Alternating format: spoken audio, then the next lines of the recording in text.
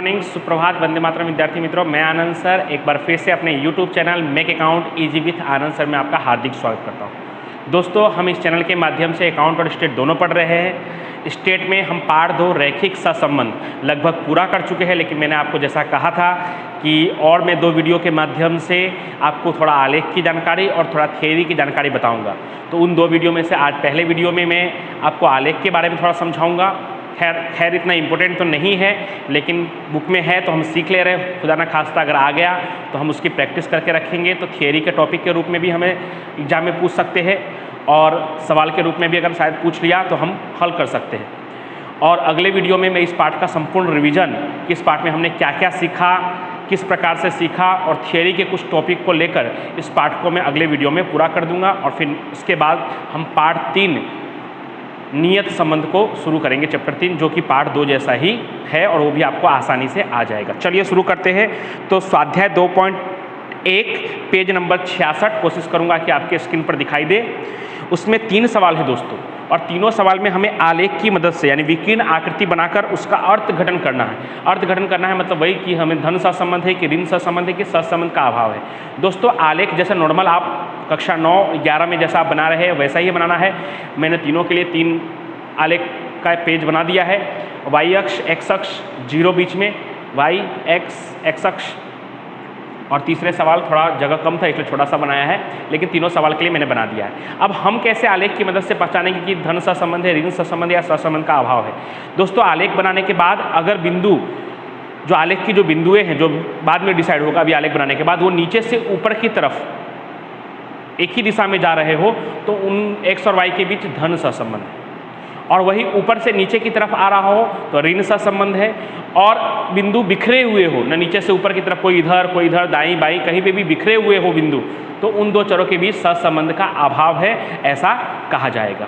और नीचे से ऊपर की तरफ, बाएं से दाईं ओर और ऊपर से नीचे की तरफ दाएं से बाएं ओर हो तो संपूर्ण धन और संपूर्ण ऋण। लेकिन संपूर्ण धन और संपूर्ण ऋण सहसंबंध जल्दी देखने को नहीं मिलता, इसलिए इतना डीप में नहीं जाना है। आपको सिर्फ याद रखना है नीचे से ऊपर की तरफ हो तो धन सहसंबंध, ऊपर से नीचे की तरफ हो तो ऋण सहसंबंध, और बिंदु अगर बिखरा हुआ हो तो सहसंबंध का अभाव।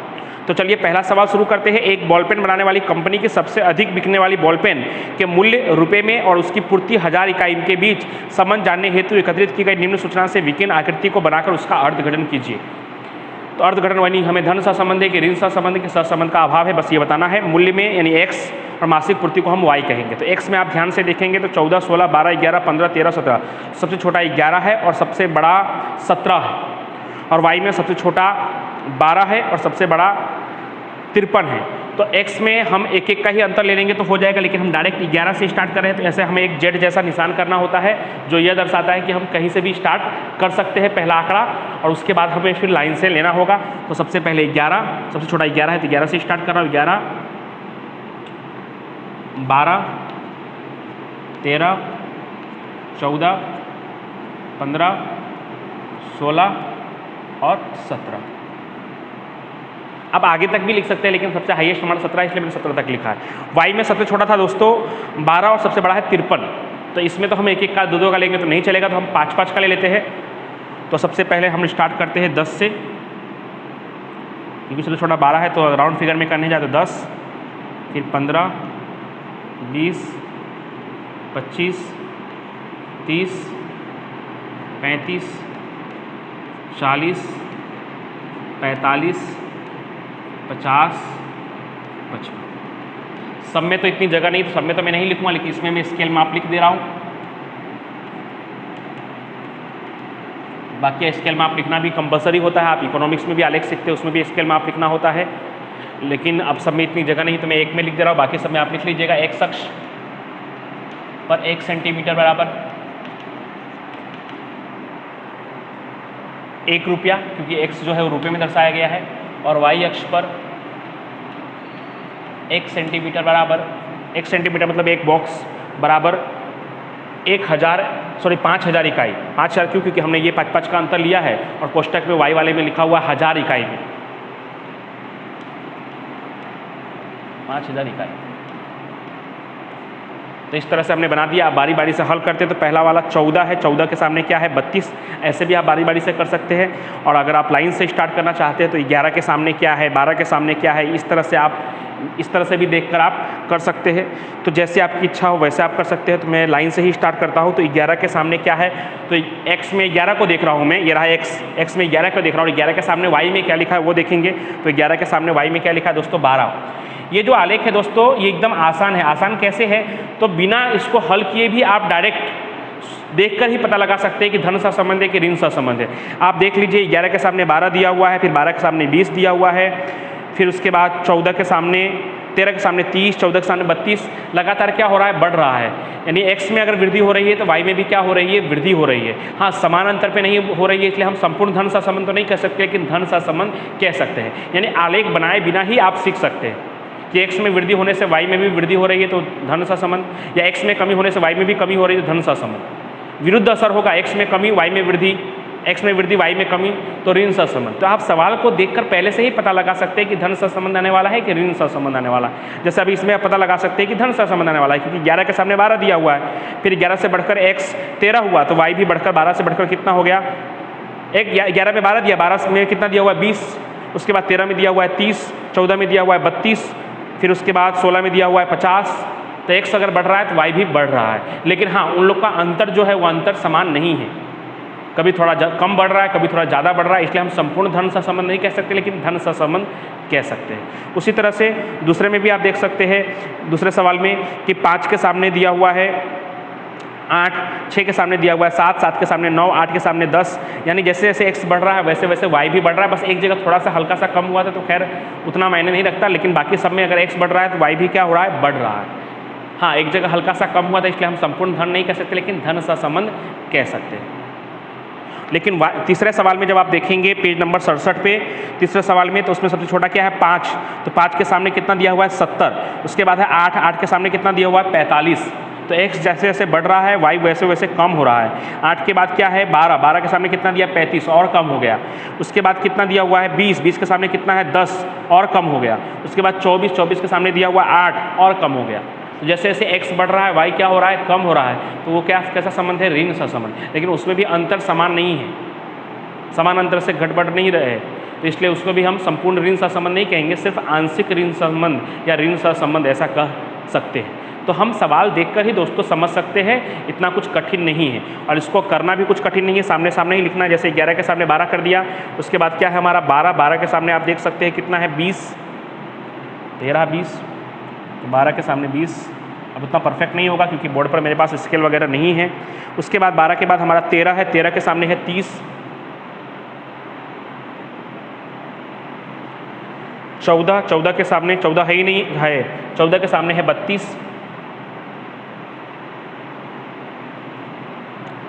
उसके बाद 15 के सामने है 45।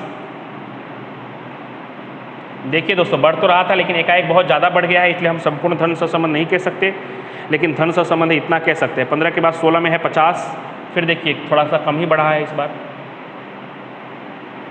और 17 में है 53। तो इस तरह से हमारा दोस्तों ये सवाल हो गया। अर्धघटन में हम लिख देंगे x और y के बीच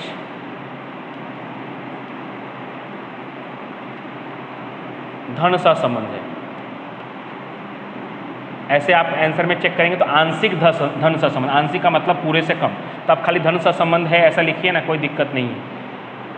ऐसा लिखने से फायदा ये है कि अगर संपूर्ण धन सहसंबंध होने वाला होगा तो भी आपने धन सहसंबंध लिख दिया तो भी सही माना जाएगा और आंशिक वाले में भी सही माना जाएगा। दूसरा भी सेम टू सेम पहले की तरह ही है, उसमें भी धन सहसंबंध ही आने वाला है, वैसे ही हल करना है। तीसरा एक बार मैं आपको समझाने की कोशिश करता हूँ। तीसरे में सबसे छोटा 5 है, 5 के बाद सबसे बड़ा है 24, तो मैं 5 5 का अंतर ले रहा हूँ, 5, 10, 15, 20 और 25।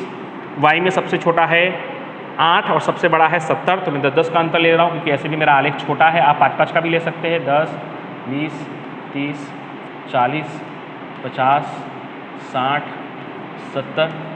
उसके बाद हम बारी बारी से चेक करेंगे। सबसे पहले 5, 5 के सामने कितना है 70, 5 के सामने 70। उसके बाद 5 के बाद हमारा 10 है, 10 उसमें नहीं दिया हुआ है, उसमें क्या दिया हुआ है 8 दिया हुआ है, तो 8 दिया हुआ है तो 8 कहाँ आएगा दोस्तों? तो 8 आएगा, यह यहाँ पे जस्ट 8 आएगा। तो 8 के सामने कितना है? तो 8 के सामने है आपका 45। तो 8 ये रहा, 8 के सामने 45 यानी लगभग यहाँ पे। उसके बाद दोस्तों 8 के बाद क्या दिया हुआ है? तो 8 के बाद दिया हुआ है इसमें 12 के सामने है 35, 12 लगभग 10 से थोड़ा आगे यानी यहाँ पे लगभग होगा। आपके आलेख के पेज पर अगर आप बनाएंगे तो उसमें 5 लाइन खींचा होता है, उसमें आप समझ सकते हैं कि दूसरी लाइन पे 12 होगा। और 12 के सामने कितना दिया हुआ है दोस्तों? तो 12 के सामने दिया हुआ है दोस्तों 35, जो लगभग यहाँ पे आएगा। 12 के बाद आपको बुक में दिया हुआ है 15 के सामने है 20 लगभग यहाँ पे आएगा। उसके बाद 24 के सामने कितना दिया? 8, 24 यानी 25 से थोड़ा कम, उसके सामने दिया हुआ 8। तो यहाँ दोस्तों देख सकते हैं, ये देखिए सामने से यहाँ देख सकते हैं कि नीचे की तरफ जा रहा है, आलेख जो है ऊपर से नीचे की तरफ जा रहा है। और ऊपर से नीचे की तरफ जाएगा तो अर्थघटन हम स्केल माप आप लिख दीजिएगा। अर्थघटन हम करेंगे तो अर्थघटन क्या होगा? x और y के बीच आंशिक ऋण सहसंबंध है, या खाली आप ऐसा लिख सकते हैं x और y के बीच ऋण सहसंबंध है। और दूसरा जब आप करेंगे तो दूसरा भी पहले की तरह ही है, उसमें धन सहसंबंध है, कुछ इतना करना नहीं होता दोस्तों। जैसे नॉर्मल आलेख हम पहले बनाते थे वैसे ही बनाना है, कहीं ना कहीं उससे भी ज़्यादा आसान है। और नीचे से ऊपर की तरफ जा रहा हो तो धन सहसंबंध, ऊपर से नीचे की तरफ आ रहा हो तो ऋण सहसंबंध। और आलेख के बिंदु बिखरे हुए हो, जैसे कि आप पेज नंबर 67 पर देख सकते हैं, ऊपर बिखरा हुआ दिखाई दे रहा है, तो उनके बीच में कोई संबंध नहीं है, यानी सहसंबंध का अभाव है। ऐसा हो तो आप प्रैक्टिस के लिए उदाहरण नंबर 3, 4 को कर सकते हैं, ठीक है। उसको कर लेंगे तो आपको और अच्छी तरह से समझ में आ जाएगा। तो ये था हमारा आलेख का टॉपिक, जो बाकी था वो भी मैंने आपको सिखा दिया। अगले टॉपिक में मैं आपको थियरी और इस पार्ट का रिवीजन, किस पार्ट में हमने क्या क्या सीखा, उस वीडियो के माध्यम से मैं वो सिखाऊंगा। और उसके बाद हमारा ये पार्ट अच्छी तरह से पूरा हो जाएगा। आप वीडियो को लाइक करिए, शेयर करिए, कमेंट करिए। आपके सपोर्ट के लिए थैंक यू सो मच।